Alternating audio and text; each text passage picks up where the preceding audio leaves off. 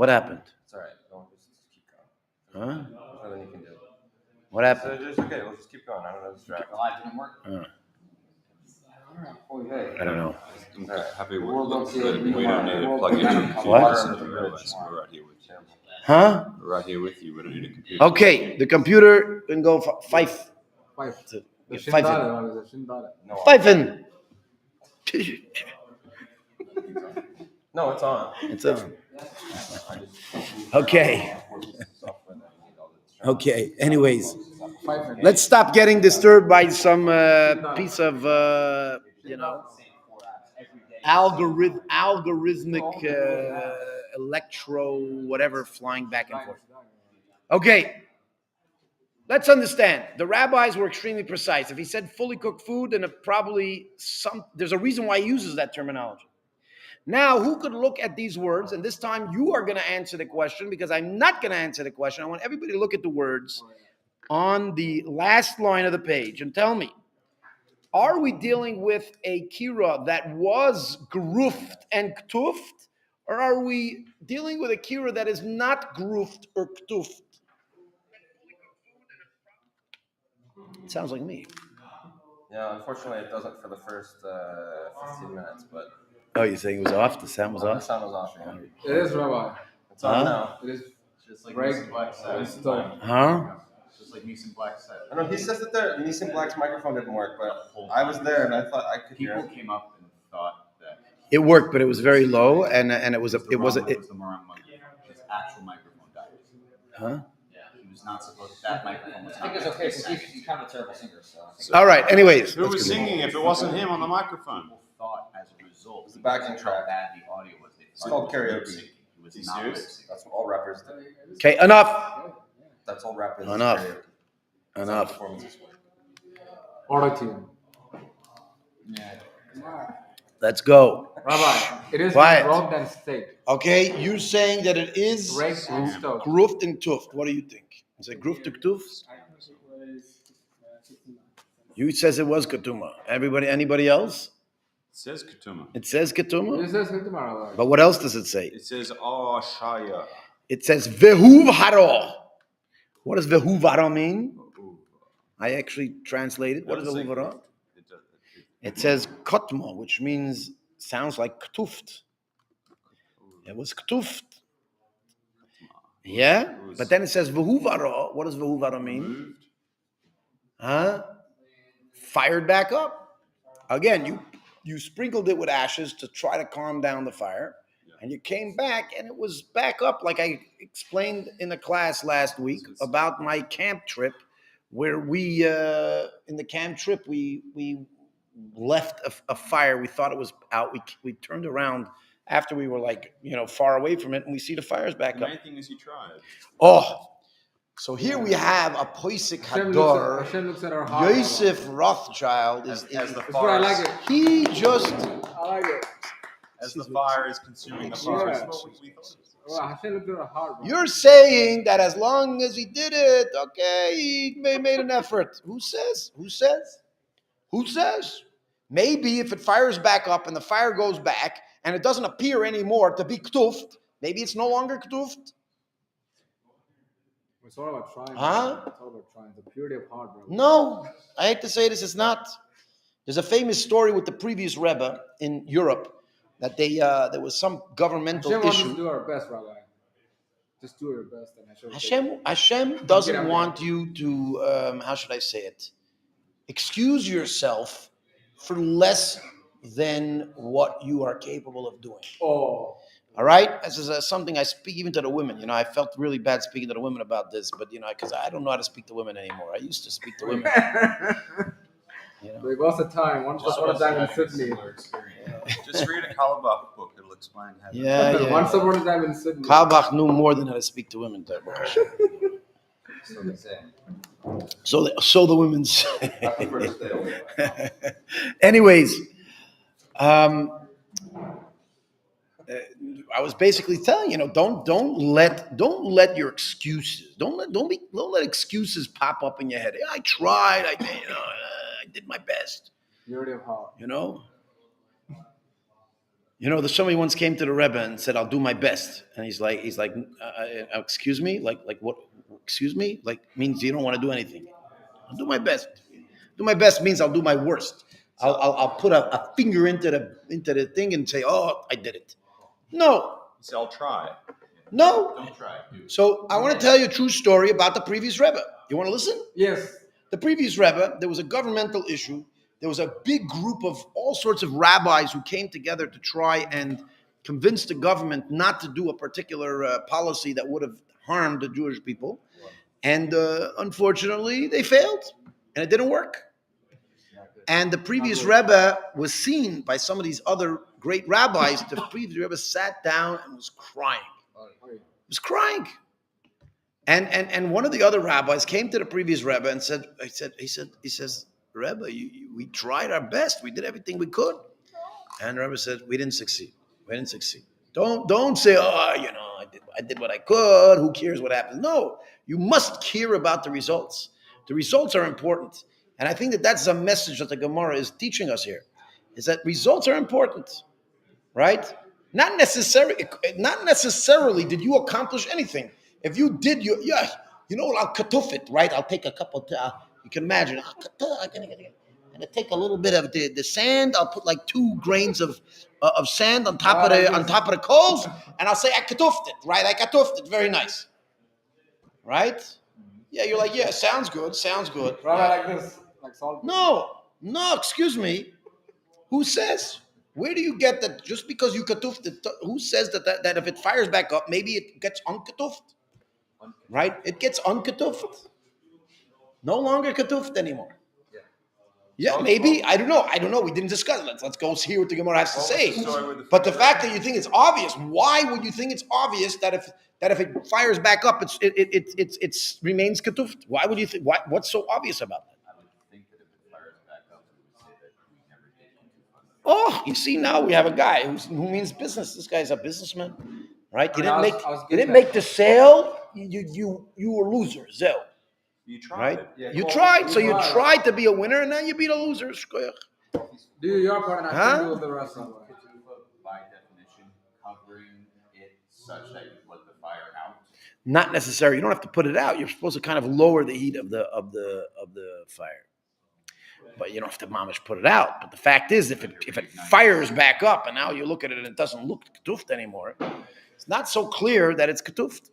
Now again, the Gemara is going to discuss whether it's good enough or whether it's not good enough. That's going to be the Gemara's discussion. But to think that it's obvious is definitely not so obvious. So the reason I'm doing this is because I want to point out what's going on here. You have on one hand, you have this new reality called cold circuit, fully cooked. That's one reality. You have another reality that it's telling you that you ketufed it, but it fired back up. So now we have 2 questions. The question is ketufed and refired up, is it considered ketufed or not? That's question, right? In here, it's not so obvious because he doesn't say. But he does mention something brand new. He says if it's fully cooked, then you can leave it. But if it's not fully cooked, you can't. Now, if you remember, according to our Mishnah, if it was ketufed, you can leave the food on, even if it's not fully cooked. You're allowed to leave the food on, right? So perhaps we're trying to tell you that because it fired up, it's no longer ketufed, and since it's no longer ketufed, you're only allowed to leave fully cooked food on it, but not partially cooked food. In other words, our Mishnah tells you that if it's fully ketufed, you're even allowed to leave not fully cooked food on it, right? Here he mentions a new concept of fully cooked food. Maybe his chiddush is, perhaps, and again, this is a perhaps his lesson that he's trying to tell us is that even though it is not considered ketufed, you can still leave fully cooked food. I mean, you cannot leave partially cooked food, but you could leave fully cooked food. That's perhaps what he's trying to say, which would essentially mean that if it fired back up, it's not considered ketufed, right?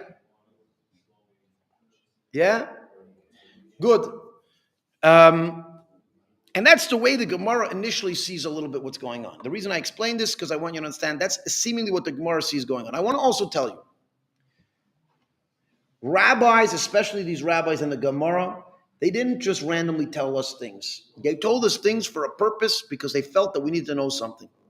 If a rabbi was quoting a previous person, that rabbi would actually mention that this is coming from the Mishnah, coming from somewhere else. If a rabbi said an actual statement, it meant that he felt it was something that no one would have known without him.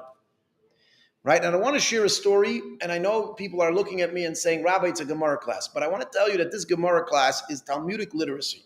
And in Talmudic literacy, it is vital to understand some of the foundational perspectives of the Talmudic writers, because then you won't understand the logic. And this particular story is going to help you understand the logic in this particular Gemara. It's not just a random story like I may have said in the past. There is a holy rabbi who is the chief rabbi of Tzfas. His name is Rabbi Shmuel Eliyahu. And I heard this story from him about his father, Reb Mordechai Eliyahu, who was a great tzaddik that lived here in Israel. And until today, people follow him and revere this great tzaddik, Reb Mordechai Eliyahu. Reb Mordechai Eliyahu was known to have a very good, friendly relationship with the Lubavitcher Rebbe. And Reb Shmuel Eliyahu tells the story of how that relationship started. How did the relationship start? Some Chabadnik came to Reb Mordechai Eliyahu and says the Lubavitcher Rebbe just made an announcement that just like we're meant to give Mois Chitim by Pesach, we should also give Mois Chitim by Tishrei. Mois Chitim literally means money for wheat, which is another way of basically saying that people should make an effort to give charity so that people could afford food, because Pesach is very expensive. So people should make an extra effort to give special funds, special donations before Pesach to help those who are struggling to pay for the extra expenses of the holiday. And the Rebbe came out with an announcement that we should also do that in the month of Tishrei, because there's also many Chagim. And Rabbi Shmuel Eliyahu hit the fan. He went, what's going on here? What happened? And he was so angry. He says, well, the Rebbe said this? And the guy's like, yeah, that's what the Rebbe said. What do you mean the Rebbe said this? Yeah, that's what the Rebbe said. He didn't know what was going on. And after a few minutes, Rabbi Mordechai Eliyahu says it clearly in the Zohar. What right does Rebbe have to say this when it says it clearly in the Zohar? He was very angry. Oh, why would he get angry? Because unfortunately, you're not yet at the Talmudic level as Mordechai Eliyahu. And therefore, you don't understand the importance of this nuance. Who on earth is the Rebbe to come up and say something when it was already said in the Zohar? Now, the fit that Reb Mordechai Eliyahu had in front of this particular Lubavitcher, of course, this Lubavitcher was a little embarrassed, but he basically wrote it up. And he sent to the Rebbe. This is what happened. The Rebbe said, when he got this letter, he said, I want you to send back to Mordechai Eliyahu. I want you to send him the tape recording of the Sikha. It wasn't during the week, they had a tape. And I want you to send a written transcript of the Sikha. That's all the Rebbe said. I want you to send him the tape and the written transcript. And Mordechai Eliyahu gets the tape. Yeah. So Mordechai Eliyahu gets a tape with the actual Sikha and the transcript. And in the transcript, the Rebbe says, as it says in Zohar, that we should do this.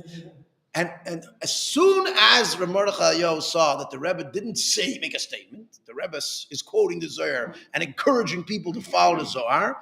The second then, he said this is a tzaddik, and he's a proper Torah scholar, and now he started becoming close to the Lubavitcher Rebbe. Now, why am I telling you this story? Because you have to understand that that's the way Talmudic discussions work. You don't plagiarize. You don't say a statement unless there is something unique in your statement. You don't make or you could quote. You could say, this rabbi said this. Shkoyach, very nice. This rabbi said that. Very nice. You could. But when you actually make your statement, you have to be saying something unique. And this is a vital aspect of the Talmudic logic, that every single rabbi that made a statement, they had all the previous information before then, and they made that statement because they felt it was a unique piece of information that they had to give out that didn't exist prior to them, right? And that's going to happen in our Gemara at least 2 times, maybe even 3 times this week. where the entire Gemara is based on what on earth are you trying to tell us? What are you trying to tell us? Right? Because you have to be telling us something that we didn't know before. Because if you're just telling us something we knew before, you wouldn't be telling it to us. Right? And that's what's going on over here. So Rabbi Yeshaya is telling us something. He came up and he said, if you ktuft it and it fired back up, you could leave fully cooked. He doesn't say you can't leave not fully cooked, but he said you can leave fully cooked. Now the Gemara is assuming that what is the intention of this Rabbi Yeshaya? His intention to tell you that if you have a kira that's not ketuft, then you're allowed to leave fully cooked food on it, but not partially cooked food, which is a little bit in addition to what our Mishnah says, if our Mishnah would be mashim. If our Mishnah would be that you're allowed to leave from Friday to Shabbos, that you need Kerufa Ketuma to leave from Friday to Shabbos, yeah, that's true. But if you didn't do Kerufa Ketuma, when it says you're not allowed to leave it, you're only not allowed to leave it if it's not fully cooked. But if it is fully cooked, you are allowed to leave it. Now that is what's called in Talmudic terminology, ahav amina. What does ahav amina mean? Anybody? The love of the mina? No, not hava nagila. It's hava nagila, not hava. It means the love of the mina? Yeah. Hava mina is I would have said. I would have said meaning what it means like our initial thought in a particular thing. Right? It's very important to know that terminology for Talmudic study called havamina. Havamina is, as I said, what's so funny? This guy's still on Hava Nagila, He's the love. I think he's on the Nagila without the Hava. I thought it was ahava mina. Huh? Love of the mina. Huh? Never mind, Love it's okay. of the mina. Chevra, listen up. Listen up. Oy vey. The Havamina means the initial thought process of the Gemara. Every single time that there's a question and then there's an answer, the question has an assumption, right? If you ever watch CNN and they Shalom. huh? I'm surprised you know what it is. I thought you were going to say what's CNN. What about P.S. Morgan, Rama? Yeah, you talking about the communist news? Imagine that, CNN, they're talking to Netanyahu and they say, why are you killing babies in Gaza? You're like, excuse me, and then he says, that's not a fair question. It's just a question. It's the stupidest thing I've ever heard in my life. They say, it's just a question. Why can't it? No, the way you ask a question actually implies something, right? And it implies, it's actually a statement. Every single question is a statement. There's a statement behind the question, because without that statement, you cannot have the question. And it's very important while learning Gemara is to see into the statement being made by the question or by the conclusions, right?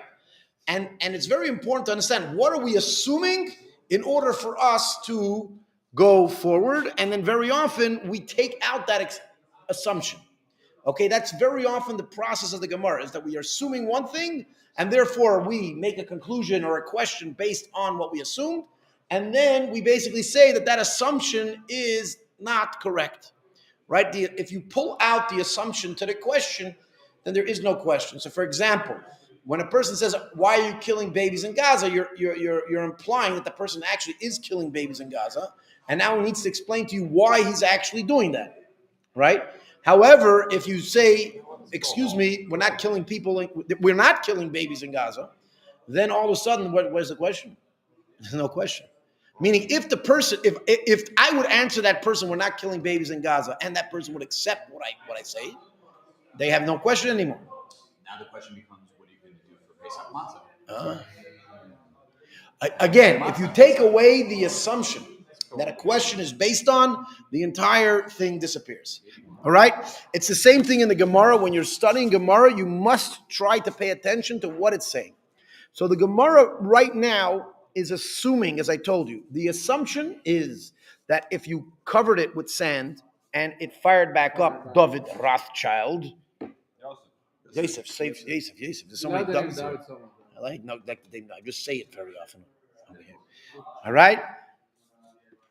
The Gemara is assuming that if you sprinkled it and it fired back up, it reclaims its original status, and it's as if it was never covered. And Rabbi Yeshai is trying to tell you that if you have a non-covered kira, you're allowed to leave fully cooked food on it, even though it's not grooved or ktufed. That seems to be what the Gemara is learning out from here. Correct. Now the Gemara says, based on that assumption, because it has this assumption, the Gemara says, Shma mino. It appears from here, or it sounds from here, mitzamek v'yafile muter, that if something congeals and gets better, it is still permitted to do on Shabbos. What does it mean, congealed and gets better? The simple one-word answer is cholent. Cholent. Right? It's cooking over the Shabbos? Cholent. It's not congealing, it's cooking. Congealing is when you put it in. I would like to teach you a little bit of science, Mr. Doctor.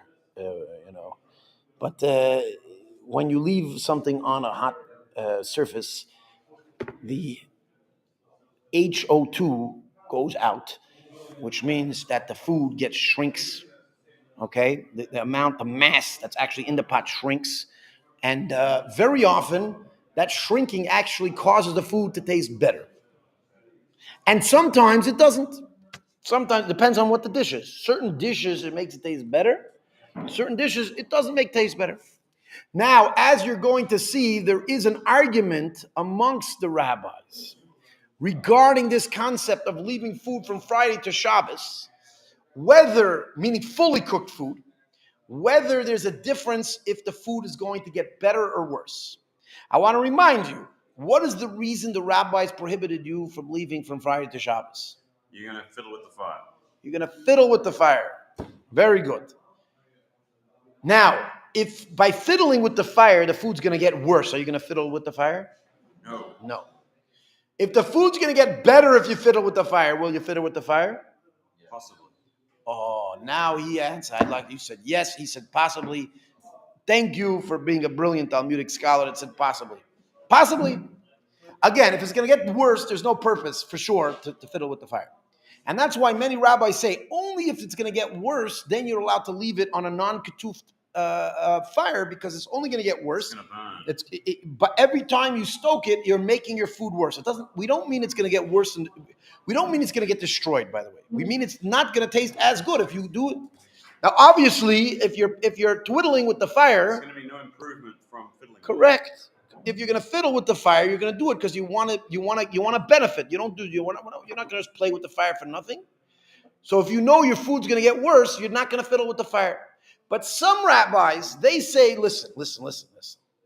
Even if the food's going to get better, even if it's going to get better if it congeals, you're still not going to fiddle with the fire if it's already cooked. If it's not cooked, then you're going to fiddle with the fire because you're going to be worried. What's going to happen? My guests come, I have to serve my food, and it's not fully cooked. You're nervous. You have performance anxiety. And I'm serious. Every woman Shabbos meals a performance anxiety. You ever seen that?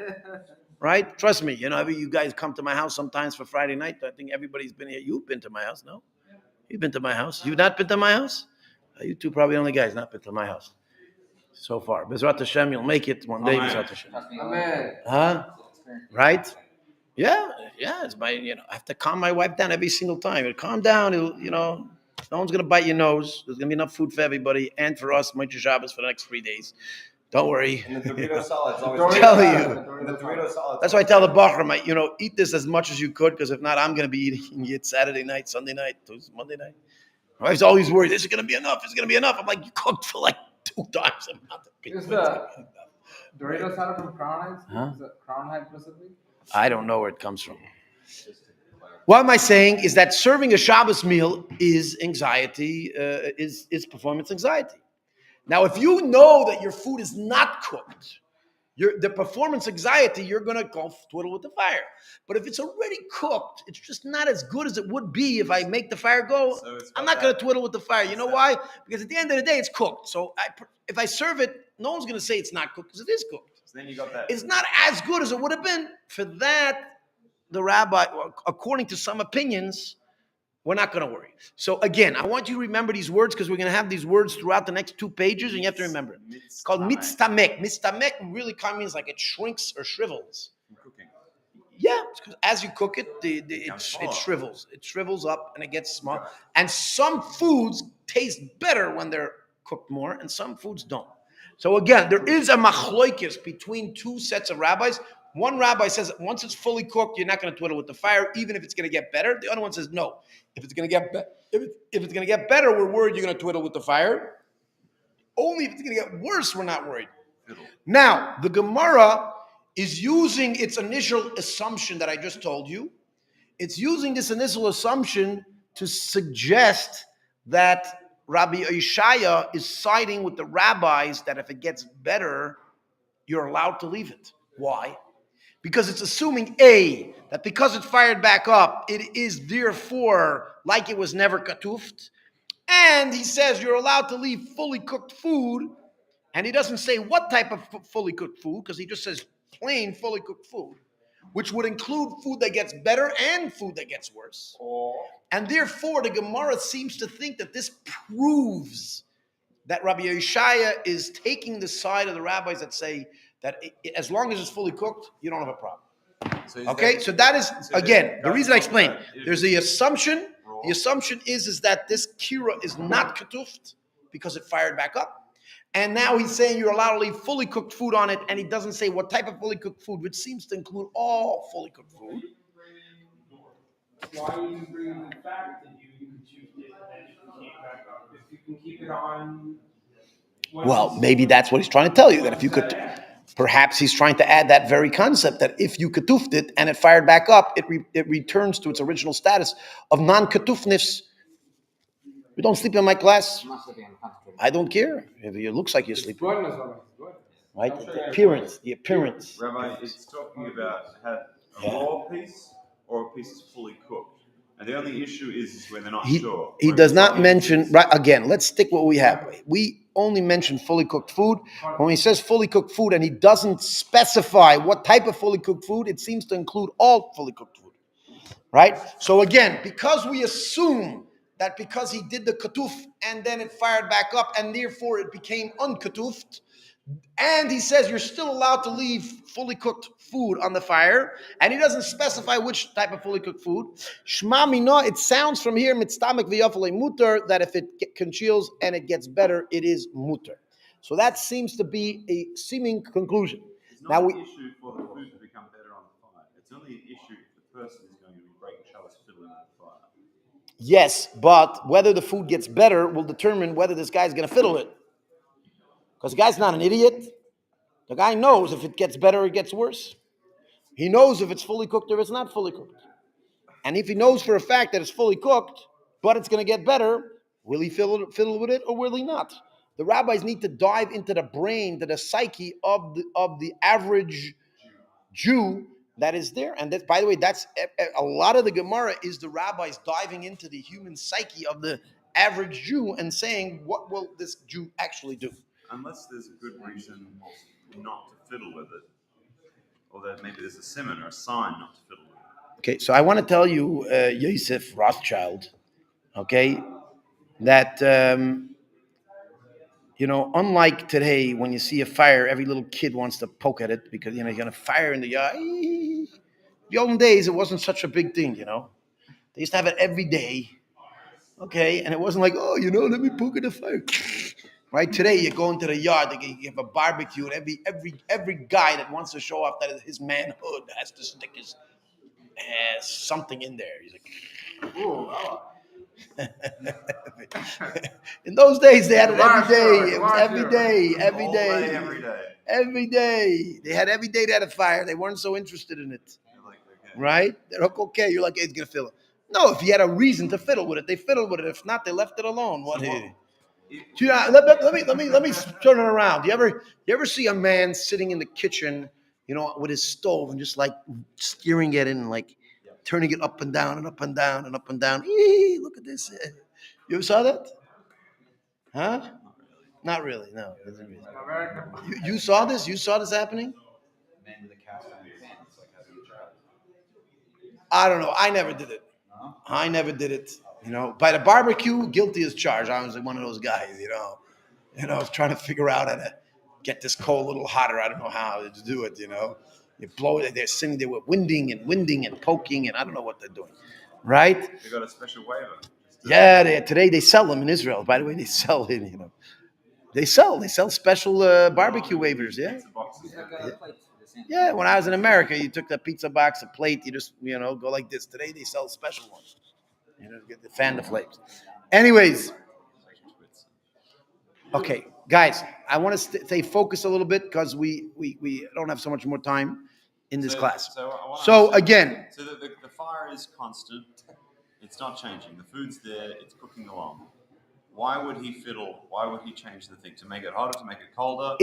So that's the whole point. If it's not cooked, he might fiddle to make it hotter so that it will actually cook.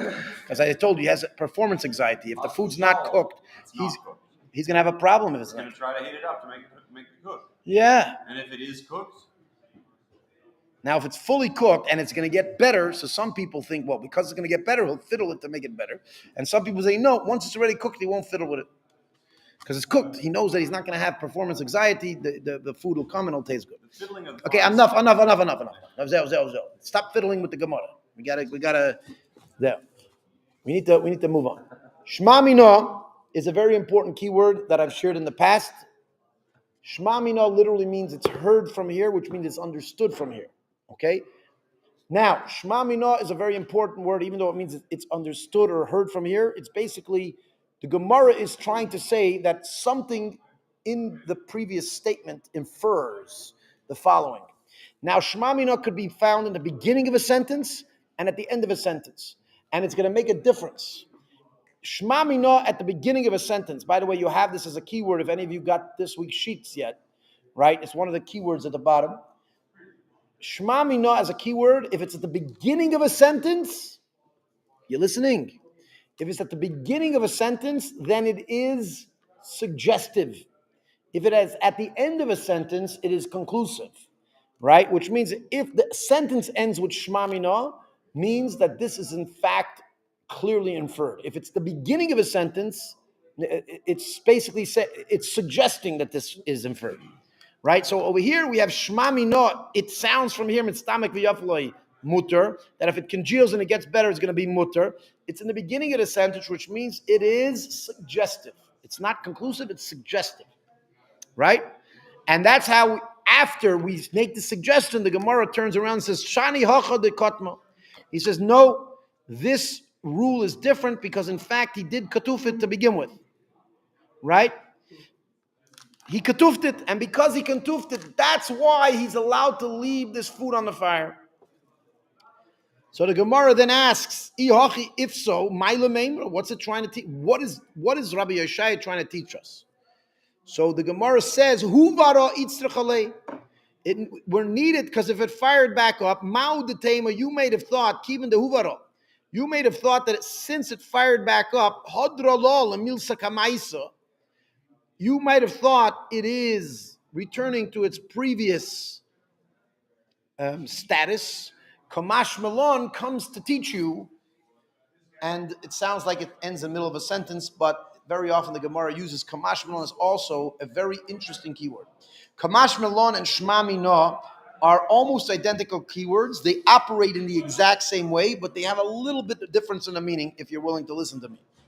Okay, Shema Mino is saying that something is inferred from whatever we're saying.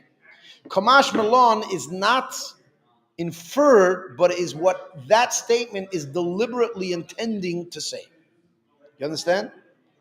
Kamash Malon is coming to teach you, means he came to teach you the following, which means it's not something indeliberately that you understood by inference, but it is what he deliberately tried to teach you.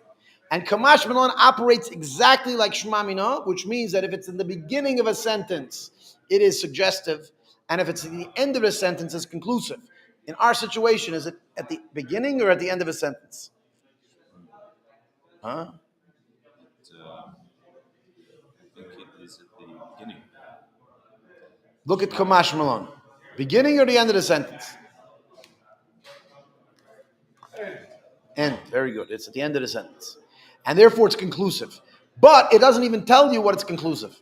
It's not telling you what's concluding because it's expecting you to plug in the dots itself, which is very often what the Gemara does. But you have to know that unlike Western literature, where in Western literature, when they taught us how to write an essay for the Regents exam, which I actually did very good in English, you know why? Because I knew how to hack a Chinik, and that's that. You know, I spelled half the things wrong, but the teacher said, "Listen, in high school already, we don't judge on spelling. We just judge on your writing skills." So I got excellent marks, right? Anyways, in English Western literature, they tell you write every detail as if the guy doesn't know anything. That's Western literature. The Gemara is actually the exact opposite. Is if it feels you should know it, it will not write it. And if you're like, but I don't know it, and the Gemara is looking at you and saying, well, figure it out, right? And that's actually why Talmudic scholars that learn from the actual original text, not the ones from the Art Scroll, because the Art Scroll does the Western trick. It gives you all the information. But if you're learning from the original text and you need to understand what it's actually saying, you actually have to pay attention and you keep in mind the entire thing. And it actually physically sharpens your brain. I'm serious. It makes you smarter. It is brilliantly written in a way where because it's not giving you it's not spoon feeding you, right? Because it's not spoon feeding you all the information, it forces you to pay attention and realize what's going on. So this sentence ends with Kamash Malon, which means something he was deliberately trying to teach you that if it fires back up, it does not return to its original status, right? That's what he was deliberately trying to teach you. But now, if you're thinking about it, you're probably going to say, Rabbi, hold on a second, right? He says if it's fully cooked, you're allowed to leave it on the fire, which means if it's not fully cooked, you're not allowed to leave it on the fire. But hold on a second. Who on earth tells us that if it's ketuft, you're not allowed to leave it on the fire? There is no such opinion. Where's their opinion like that? Where's there such an opinion? Right? It sounds like Rabbi Yeshaya is being stricter than all of the opinions that we mentioned in the last Gemara, because all the opinions in the last Gemara said that you're allowed to leave from Friday to Shabbos, not fully cooked food. And here comes Rabbi Yeshaya and says you're only allowed to leave it if it's fully cooked food. Now, the reason I'm throwing this at you, and I'm looking at a bunch of blank stares that you're probably like, Rabbi, I have no clue what you're talking about, but I'll listen to you anyways and pay attention because it'll make you feel good, Rabbi, that somebody's actually listening to you, even though they're not. You're on my mind, bro. That's what I'm getting at. You're on my mind. Boom. But again, when you read it again in the Gemara, pay attention because you'll realize that Rabbi Yeshaya seems to be saying something that is contrary to everyone previous to him. And hold on, Rabbi Yeshaya is a Tana or an Amira? Very good. Good guess. Good guess. He only had two choices. 15% chance. Yeah. Rabbi Yeshaya is an Amira, and an Amira doesn't argue with a Tana. So how is it that he seems to be arguing with a Tana? Now, the reason I'm throwing it to you, this is actually more for the advanced class, that we're going to go into some of the deeper meforshim, but it's a good question. It's a good question. But let's understand it for now. Originally, the Gemara assumed that if it fires back up, it returns to its original status, and therefore we started inferring things from that statement based on that assumption. And then the Gemara pulls the rug and says, I'm sorry, that assumption is not true. The exact opposite is true, right? And he's trying to teach you that if it fires back up, it remains in its original status, right? Anyways, that's the way the Gemara questioned and concluded. Now we have almost an identical concept over here. It says, Amar Rabba bar bar Chama, Amar Rabbi Yochanan. Rabba bar bar Chana says in the name of Rabbi Yochanan, Kotma v'huvaro. If you sprinkled the coals with ashes and it fired back up, you're allowed to leave on it hot water that was fully cooked, and food that was fully cooked, and hot water was fully cooked, food that was fully cooked. Even if they were roisam coals. What are roisam coals? Then why do they say roisam coals? Obviously, roisam coals are different than regular coals. From a broom tree. Huh? Wood of a broom tree. Yeah. It's very hot and lumbering. So these coals of roisam apparently were coals that were very hard to extinguish. And therefore, when you did your katuf, you probably realized that there's a good chance that it was going to fire back up. All right? Even in that case, we say you're allowed to leave it. So the Gemara tries to prove from here, based on the same assumption, that because they're coals that are intended to fire back up, that are hard to put out, therefore it seems that if they fired back up, you didn't do your ketuf properly, and therefore it should return to its original status. So the Gemara once again says, Shema minam and samech v'yafalei mutter. It sounds from here that if it congeals and gets better, it will be allowed. So the Gemara answers the same way it answered before. Shani Yahacha, the Kotma. It's a difference here because you did the Ketuma. Iyahachi, the Gemara says, if so, Ma'ila Meimer, what is he trying to teach you? Huvaru Itzechalei, he says, because we wanted to tell you, what's if it fired back up? So then the Gemara says, Hainu Hach. The Gemara says, this is the exact same statement of Rabbi Yeshaya. And Rabbi Yochanan would not be saying the same statement as Rabbi Yeshaya. Now you know why I gave you the whole introduction to this Gemara. Just like Rabbi Yeshaya has to be adding something to the Tanaic sages, Rabbi Yochanan, who came later, has to be adding something to Rabbi Yeshaya. So he cannot be coming to teach you the exact same thing as Rabbi Yeshaya. Right? And that's the Gemara's question. Hainu hach means it is. It is what it is. Right? So the Gemara concludes, Gicholim shel roisam itzechalei. It needs it for the broom coals, because the broom coals you might have thought are an exception. Regular coals, if they fired back up, you might think it's a mistake. Listen, I tried my best and it fired back up, like this guy said in the beginning of the class. I tried my best. Now, as I said, if you try your best, did you succeed? Maybe. Sometimes you do, sometimes you don't. Right?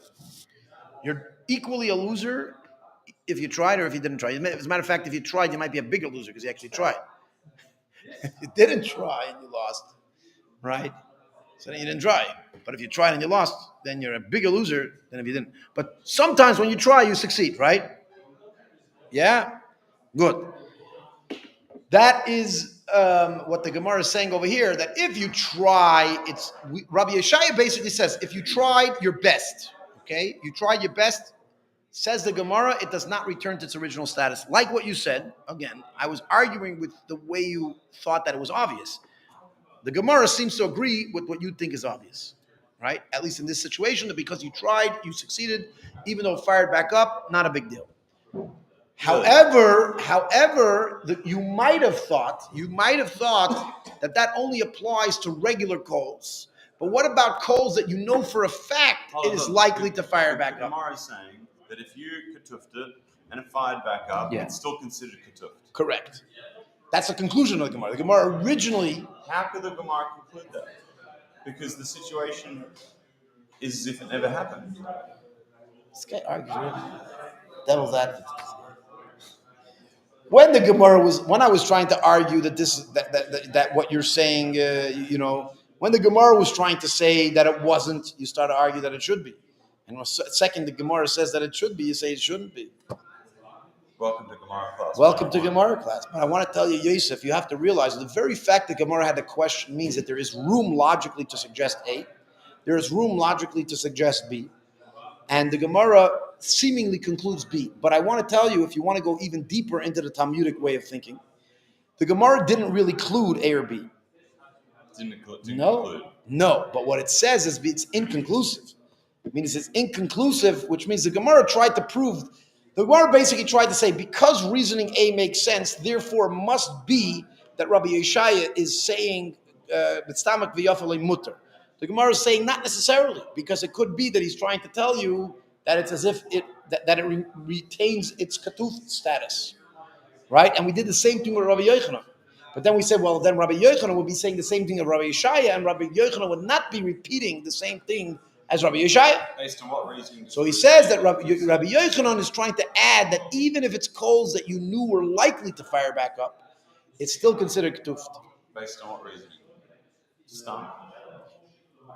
Yeah. Well, no, it's not. It's based on the reasoning that a rabbi would only say something if he was adding something, and we cannot see how he was adding anything else. Okay. He's just saying we still consider it as if it's ketuved, even though it's 5. So I want to tell you, listen carefully. The Gemara is not necessarily concluding that is a valid logic. It's saying that it could be a valid logic. Each of the logics could be valid, and therefore you cannot conclude anything from these statements. Obviously, Rabbi Yeshaya was telling you something new. Obviously, Rabbi Yochanan was trying to teach you something new, right? Each one was trying to teach you something new. With regards to this. Correct. Now, you originally tried to say that this is what he was trying to teach you new based on an inference.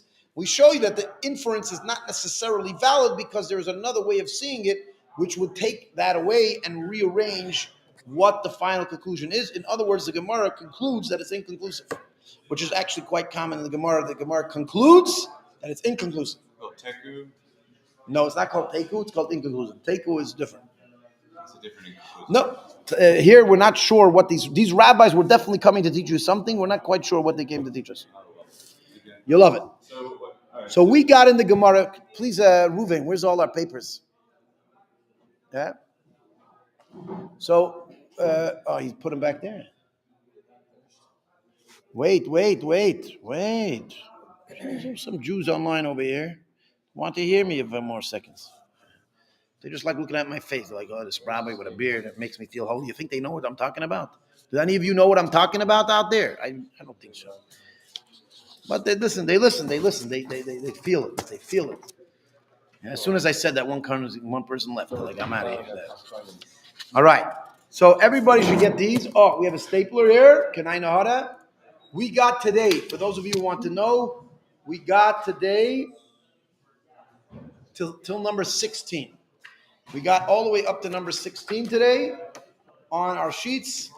And please, I want you to go it over word for word. You know the exercises. I don't have to repeat it again. But that is the way that you're going to understand this Gemara better. And that is the way you're going to see the brilliance of this Gemara. If anybody has any questions, this is the time to do it. Whether you're online or not, whether you're online, you could also ask a question by putting it in the comments. One nobody, I'm talking to nobody. He says, Mashiach can't hear. Huh? Mashiach can't hear? Yeah, but you can smell every lie you've ever told. Nobody thinks he's Mashiach? Nobody thinks he's Mashiach. That's what his Oh, that's what you're suggesting? whose is this one? Well, that's for Yosef. This is for you. There you go. Is there more? Was there more on the thing over there? All right. I need one. Any last questions while I'm giving out these sheets, and then we're gonna shut the feed. And that's What was that. the story about the pretty grab about trying? And he was crying because he didn't succeed. He wasn't happy. It wasn't good enough for him to try his best. He wanted to succeed. And it's very important in life, by the way. And I'll tell you why, by the way. Okay? I'll tell you why it's very important. What try and succeed You want to listen, or if you want to talk, I let you talk. If you want to listen, I'll let you listen. No problem. Here. Pass it around. It's very important in life not to basically realize that, put it this way, what happens if you try and fail? And you tried your whole life and you failed your whole life. Excuse me, like something's wrong with you, man. Like, why would you try again if you fail? No, I'm serious. You have to pay attention to your successes, because if you don't pay attention to your successes, maybe you're just wasting your time. Maybe you're not really trying.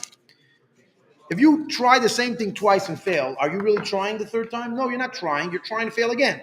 Don't tell me you're trying to accomplish something. Now, if 2 out of 3 times, or even if 1 out of 3 times you end up succeeding, so then you can say, okay, well, you know what? I'd rather try 3 times to succeed once. But if you never succeeds, or if you don't value the fact that you need to succeed at some point, then you're not really trying. Because again, it's an excuse. You claim to be trying, right? I actually remember in my history, I'll just say this briefly, an interesting lesson on this concept, and I'm going to let you go because it's very late already. I did a lot of jobs in my life. One time I came back, I was in Shliach in New Zealand, and I came back and I really needed some money, and I had to find a job. And so I happened to be chatting this guy in 770 who got like a $10 million contract from New York City to basically take over a bunch of his child care centers, which were city-run centers that you had to file certain papers to get into. And the reason they gave it to him is because all these centers were at 25% occupied, meaning that they're meant to be, if they're meant to have 100 kids, they only have 25, right? And he got, I think, 12 different centers like this. And this guy had no idea how to fill them. He knew a little bit how to run them, a little bit, but he ran one center and they gave him 12. So he knew how to run one center. He didn't know how to run 12, but at least he knew how to run one center. And so I basically told him, put me on it. I'll have your places filled. You think I knew what I'm talking about? No, I just sold the boat because I needed to get a job. So of course he gave me a job, a nice salary. And I'm not one of the guys that just take a job and just say, okay, Fife, thanks for the salary and walk off. I'm like, I'm actually going to try my best to make it happen, right? So I actually started working, and he had a few other guys that he's like, okay, so you try this, and he had like 3 guys in the office. And I'm basically like pumping out. It was a lot of paperwork. We had these parents would come, they had to fill out papers. We had to argue the case in the government because we had to get them accepted to the program in order to bring them into our things. It was like, we were basically like their lawyers to get them onto a particular government program to then bring them into our childcare. Anyways, so I'm like pumping out papers like crazy. And one of the guys, older guy, he comes to me, he's like, Rabbi, do me a favor. Come on, slow down. I said, why? I said, listen, the guy has a contract. If he doesn't fill it, and by the way, he could have lost the contract if he didn't fill it by a certain time. I said, listen, the guy has a contract. He needs to fill it. We gotta get him. And he says, let me tell you something. If you work too fast, they're gonna fill up, and they're gonna fire us. So slow down. Do 10% of what you could do. That's pretty much what he was trying to tell me, and that's that. And I said, listen, you do what you do, I do what I do. The poor guy needs as I'm thinking of the guy, poor guy has a contract. You want him to lose a contract? No. So I fought, and I started pumping him out. And the guy sees that I'm actually getting him as many people into the house, into the building as everybody else put together. So you know what he told me? He told me one day. He says, Rabbi Kopel. He said, I can't handle these other guys. Do me a favor. You're now the manager. You run the show. He gave me a little bit extra money. That's it. You're running the show. Hire, fire, do whatever you want. First thing I did, my first move was fire that guy that talked to me. I said, listen, you with that attitude, I don't want to look at you. He was fired the next day. That was my first move as a manager. Fired that guy, right? Yeah. But how are you going to deal with a guy that tells me slow down because I wanted to do it slow so that we still have a job later, Anyways, the fact is that within about 6 months, all this guy's centers were full, right? And I quit on him because I to me it was like I really like that goal that I like. Once I got him, I'm like, dude, your contract is safe. You don't need me anymore. And I walked off. I'm serious. Guess what? About 2 months later, he was begging me to come back because the other people, again, I got him up to full. I'm like, okay, now I got you to full. All you got to do is maintain it. And you know how it goes. Then he fired you after you got him full. No. Once I got him full, I left because it wasn't enough of a challenge for me. Yeah. By the way, I by nature I cannot keep jobs. This yeshiva, by the way, has the record for my longest job that I've ever done. And the reason is because they keep on sending me new guys, and each guy's a new challenge. It's true. By the way, each student is a new challenge, and that's why I get like if I would just sit I can't be a paper pusher. Just do the same thing over and over. I can't do that. But it's interesting in yeshiva we have every guy that comes. And by the way, there were times where the same guys were here for like a year and a half, and I'm like, come on, Rabbi, if you don't get somebody, I'm getting too bored over here. Get some more guys, and it's true because every guy's a challenge. And Baruch Hashem, I've seen some great results. I had a lot of wins, and I had a lot of losses. Sometimes I'm a winner, sometimes I'm a loser. And who gets to decide who's a winner, if I'm a winner or loser? Who? You. Yeah. The winner. Again, if you succeed, I'm a winner. If you don't,